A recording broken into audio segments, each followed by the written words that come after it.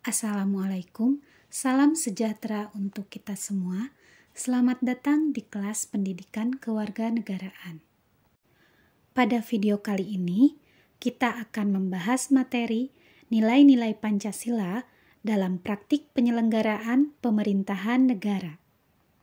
Di video sebelumnya, kita sudah membahas pembagian kekuasaan negara. Sekarang kita lanjutkan. Yang pertama, kita akan membahas tentang kewenangan Presiden menurut Undang-Undang Dasar 1945 sebagai Kepala Negara. Dalam pasal 10, memegang kekuasaan tertinggi atas Angkatan Darat, Laut, dan Udara. Pasal 11 ayat 1 menyatakan perang, membuat perdamaian dan perjanjian dengan negara lain dengan persetujuan DPR. Pasal 11 ayat 2 membuat perjanjian internasional lainnya dengan persetujuan DPR. Pasal 12 menyatakan keadaan bahaya. Pasal 13 ayat 1 dan 2 mengangkat duta dan konsul. Dalam mengangkat duta, Presiden memperhatikan pertimbangan DPR. Pasal 13 ayat 3 menerima penempatan duta negara lain dengan mempertimbangkan pertimbangan DPR. Pasal 14 ayat 1 memberi grasi dan rehabilitasi dengan memperhatikan pertimbangan Mahkamah Agung. Grasi merupakan sebuah wewenang dari kepala negara dalam memberikan pengampunan terhadap hukuman yang sudah dijatuhkan oleh hakim. Dan apa itu rehabilitasi? Yaitu suatu tindakan presiden di dalam rangka mengembalikan hak seseorang yang sudah hilang disebabkan karena suatu keputusan hakim. Pasal 14 ayat 2 memberi amnesti dan abolisi dengan memperhatikan pertimbangan DPR. Apa itu amnesti? Amnesti merupakan pernyataan umum yang diterbitkan melalui undang-undang tentang pencabutan semua akibat dari pemidanaan, suatu perbuatan pidana tertentu atau satu kelompok perbuatan pidana. Dan apa itu abolisi?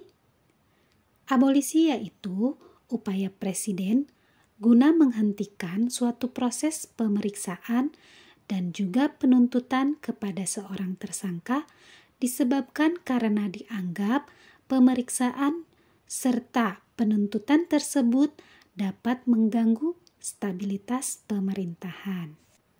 Pasal 15 memberi gelar, tanda jasa dan lain-lain, tanda kehormatan yang diatur dengan undang-undang. Kewenangan Presiden menurut Undang-Undang Dasar 1945 sebagai Kepala Pemerintahan diatur dalam Pasal 4 ayat 1, yaitu memegang kekuasaan pemerintahan. Pasal 5 ayat 1 mengajukan rancangan undang-undang kepada DPR. Pasal 5 ayat 2 menetapkan peraturan pemerintah.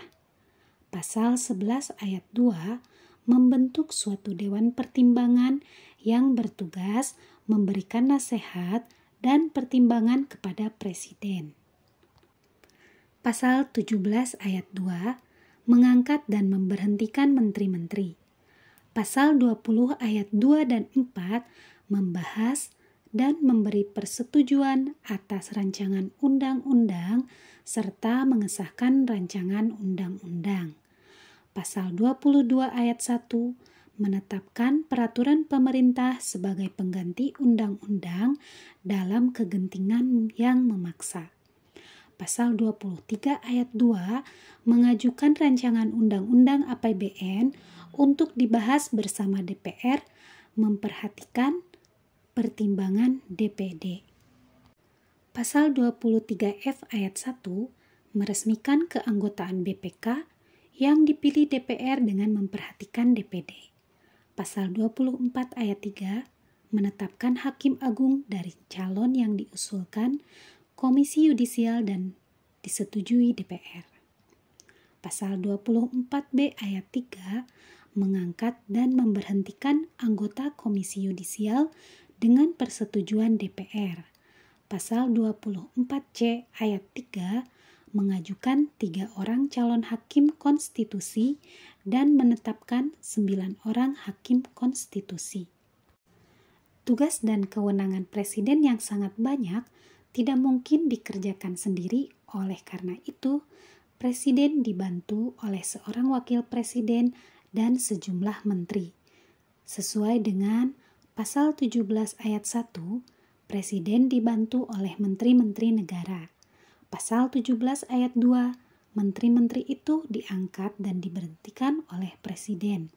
Pasal 17 ayat 3, setiap menteri membidangi urusan tertentu dalam pemerintahan. Sekarang kita lanjutkan pada klasifikasi Kementerian Negara Republik Indonesia.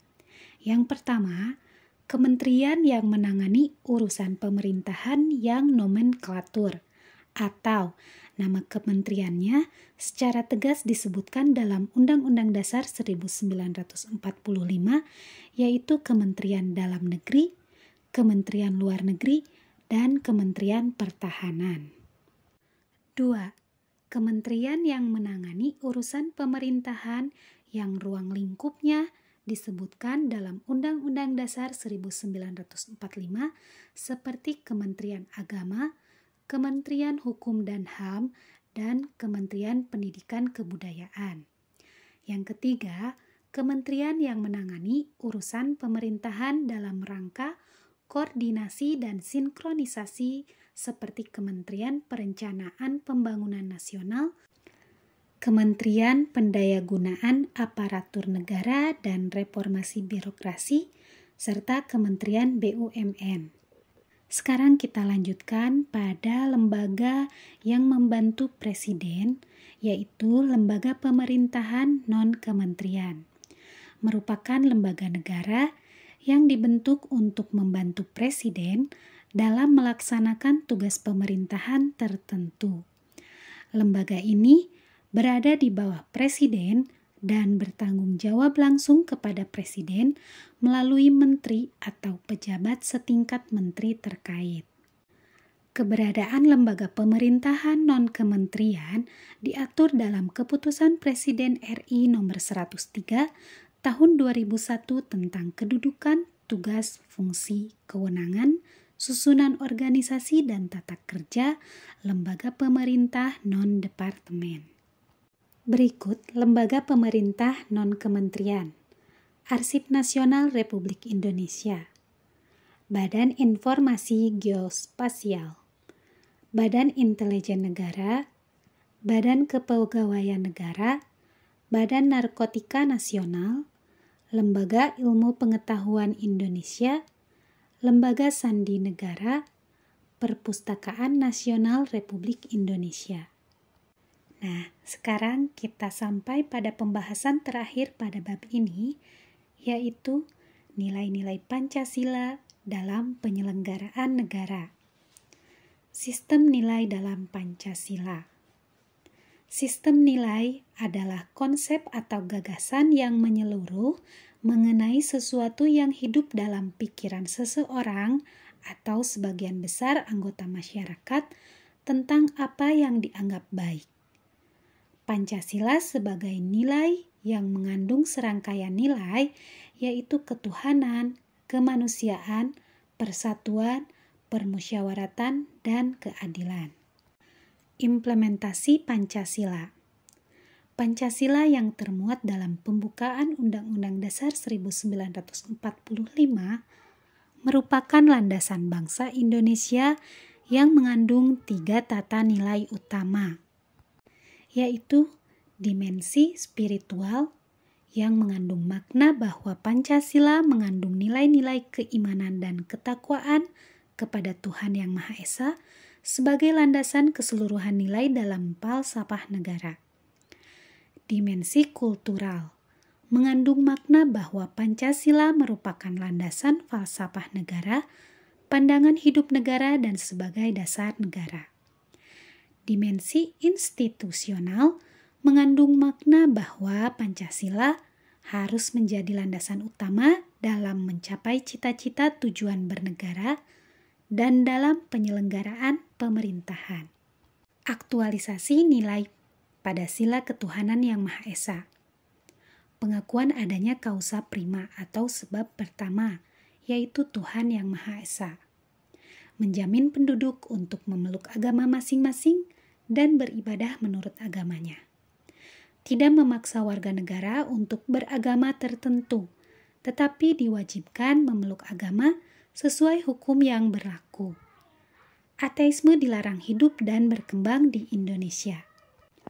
Aktualisasi nilai sila kemanusiaan yang adil dan beradab. Menempatkan manusia sesuai dengan hakikatnya sebagai makhluk Tuhan. Menjunjung tinggi kemerdekaan sebagai hak segala bangsa, serta mewujudkan keadilan dan peradaban. Aktualisasi nilai sila persatuan Indonesia. Nasionalisme, cinta bangsa dan tanah air, menggalang persatuan dan kesatuan bangsa, menumbuhkan rasa senasib dan sepenanggungan. Aktualisasi pada sila keempat adalah demokrasi. Dalam arti umum, pemerintahan dari rakyat, oleh rakyat, dan untuk rakyat. Permusyawaratan, yang artinya mengusahakan putusan bersama secara bulat. Dalam bermusyawarah, diperlukan kejujuran bersama. Aktualisasi pada sila kelima. Kemakmuran yang merata bagi seluruh rakyat. Kekayaan alam digunakan sebesar-besar untuk kesejahteraan rakyat. Melindungi yang lemah agar dapat bekerja sesuai bidangnya. Demikian pembahasan kali ini. Terima kasih sudah menyimak. Sampai bertemu pada pembahasan berikutnya. Salam untuk kalian semua dan sukses untuk kita semua.